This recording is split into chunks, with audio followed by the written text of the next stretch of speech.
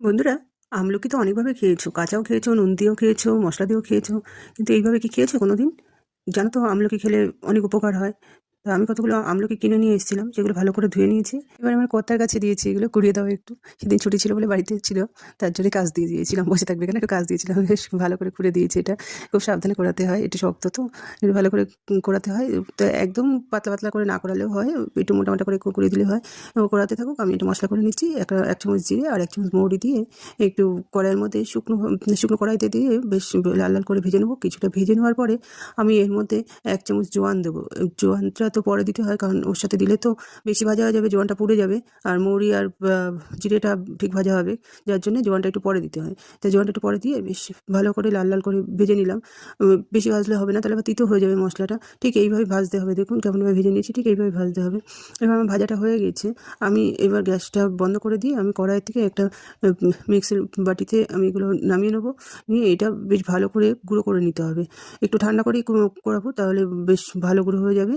দেখুন খুব ভালোভাবে গুঁড়ো হয়ে গেছে, দানা দানা যেন না থাকে, খুব এইভাবে ভালো করে গুঁড়ো করে নিতে হবে। এবার দেখুন আমলকিগুলো সব কোরানো হয়ে গেছে। এবার ওর কাজ শেষ, এবার বাকিটা আমার করতে হবে। তো এই যে মশলাটা করে রেখে দিয়েছিলাম, মশলাগুলোর মধ্যে সব দিয়ে দেবো। আমি না এই আটিগুলোও রেখে দিয়েছি, এবার আটিগুলোর মধ্যেও আমি অল্প পরিমাণে মশলাটা দিয়ে দেবো।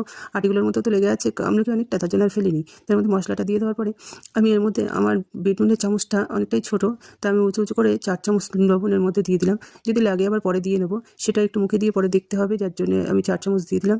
এবারে আটির মধ্যেও আমি অল্প একটু নুন দিয়ে দিলাম। দিয়ে এবার আমি লেবু কেটে রেখে দিয়েছি, লেবু চিপে দেবো এর মধ্যে। তো আমি 3 টুকরো লেবু চিপে দেবো। 3 টুকরো মানে 1.5 পিস লেবু, বেশ লেবুতে ভালো রস আছে, তো আমি 3টেই দিয়েছি। 1.5 খানা লেবুই দিয়েছি আমি। বেশ ভালো করে লেবুটা চিপে দিতে হবে। চিপে দেওয়ার পরে ওই আটির মধ্যেও কিন্তু আমি লেবুটা দিয়ে দেবো একটু। চিপে দেওয়ার পরে আমি এটাকে খুব ভালোভাবে মিশিয়ে নেবো। খুব ভালোভাবে এটা না মাখতে হবে, জানেন, যাতে মশলার সাথে, লবণের সাথে লেবু, আমলকি সব খুব ভালোভাবে মিশে যায়।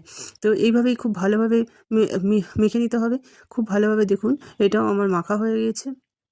কালারটাও পুরো পাল্টে যায় একদম, পুরো মাখার পরে মশলার কালারটা চলে আসে তো এতে। খুব ভালোভাবে মাখা হয়ে গেছে। এবার এটাকে আমি গিয়ে ছাদে রোদে দিয়ে আসবো।